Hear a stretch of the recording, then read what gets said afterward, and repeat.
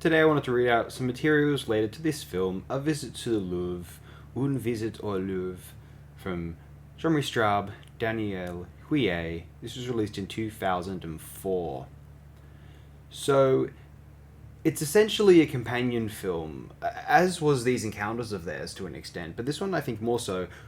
It's a companion film to one of their earlier features, Cézanne, which came out in 89 or 90, depending on which source you go to. I'm going to read out this particular article here. This is from Sally Shafto, December 2009. The 2000s were a better time for these sort of publications. Social media wasn't as prominent, so people pandered less and they were less lazy in their writing, frankly. Anyway, from Cézanne, the author, the Louvre is the book from which we learn to read. And this is a quote from Straub, film critic, January 1971. It is never systematic, and it is never an image in the sense that one could frame an image. That's what I want to say. If I say that it is always an idea, a thought, an image exists on the screen only if it is a thought, an idea that is made concrete. Une visite au Louvre, 2004, is a companion film to Jean-Marie Straub and Danièle Huillet's Cézanne, 1989. The opening title of the later work indicates that it was inspired by Dominique Payny, then film programmer at the Louvre, in 1990. Like the earlier film, Une visite au Louvre is also based on Joachim Gasquet's book, Cézanne, specifically on the chapter entitled Le Louvre, which recounts Cézanne's visit to the Louvre, accompanied by the young Gasquet. As filmmakers, Jean-Marie Straub and Danièle Huillet enjoy deviating from what are considered traditional film lengths, and this film has an unusual length of 47 minutes. They are adamant in their wish not to kowtow to the general conventions of the film industry. In this context, it is worth noting that the filmmakers produced 4 variations for each of their 5 films on Empedocles. Inspired by J.S. Bach's musical example, they shot at least 4 takes of the same subject but of varying lengths. Then they edited the 4 different takes into 4 different versions of the film. One version of the death of Empedocles is known as the lizard copy because a reptile of this sort can be I don't know if that's espied or whether there's a typo, then they've added an E in front of spied. I don't know that word otherwise. We're gonna find out if that's a word. Espied. Yeah, no, it is. I've never heard that in conversation before. Like, who would? In one shot. Similarly, for Une visite au Louvre, they did 2 takes of each shot. Originally, they distributed the film in its 2 versions back to back. There are minor differences between the 2 versions. For instance, in the first version, in the opening long shot of the Louvre, the museum is centered in the frame, while in the second version it is not.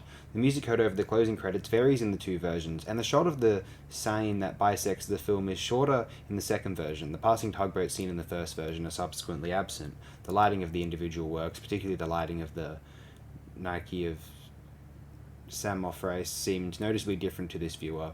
By acknowledging these temporal differences, Straub-Huillet paid homage to the early impulses of Cézanne and his fellow Impressionists.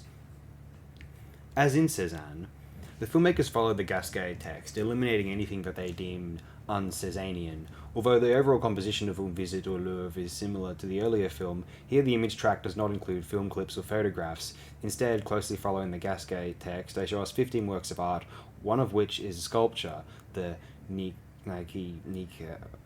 what's that pronounced? I don't know if it's pronounced like the Corporation of Saint-Maurice, and the rest paintings.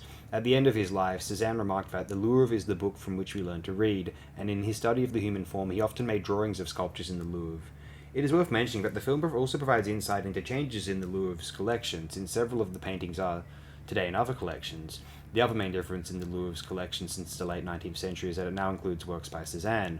Cézanne's comments on the artworks, which are read by Danièle Huillet and Cézanne, are here spoken by Julie Coltai, with occasional interjections by Jean-Marie Straub, repeating his role as Joachim Gasquet.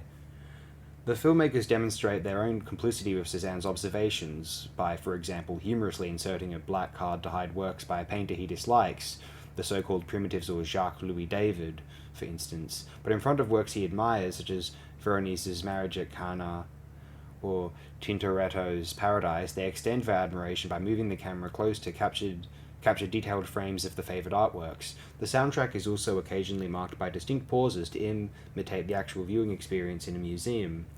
Straub Huillet's Une visite au Louvre is no casual museum visit, but a catalogue of opinions of a great painter. In fact, it could have been called a guide to Cézanne's likes and dislikes in painting.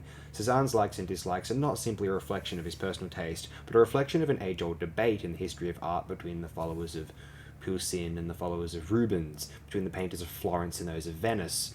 Ultimately, the German art historian Heinrich Wolffin would articulate this dichotomy in his highly influential study, Principles of Art History, Kunstgeschichtliche Grundbegriffe, excuse my German, first published in 1915. But in the great Straub Huillet film, Cézanne does not speak of Poussin, a painter whom he greatly admired. He once said he wanted to redo Poussin after nature, or Rubens.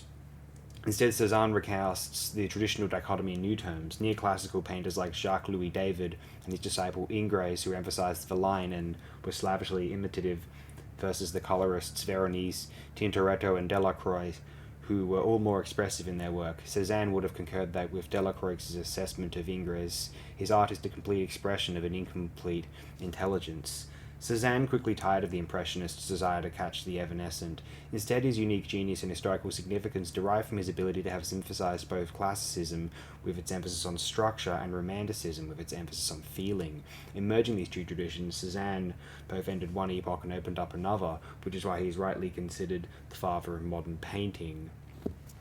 Funny, I would be surprised if someone had applied that particular descriptor toward the filmography of Straub Huillet. Anyway, there's one more paragraph here. In the Gasquet text in the Straub Huillet film, Cézanne also delineates his own idiosyncratic interpretation of the birth of modern painting by all but eliminating Manet from this story. Cézanne did admire Manet, in particular his Olympia, even doing a copy of it, but here he dismisses his slightly older contemporary, like Jean-Luc Godard, who ends his own use of art history with Nicolas de Staël, who died in 1955, thus safely before Godard began making films.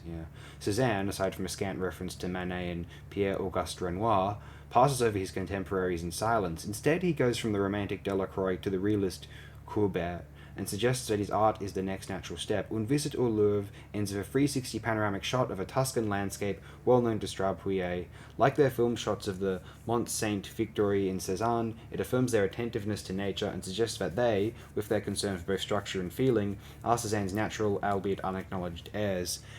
Yeah, that's that. And also, in keeping with a theme discussed earlier in this article, that particular shot that ends this film opens the film that we're going to be discussing next from Straub Huillet, Workers' Peasants from 2002, so tune in next time if you're so inclined to hear more about that one.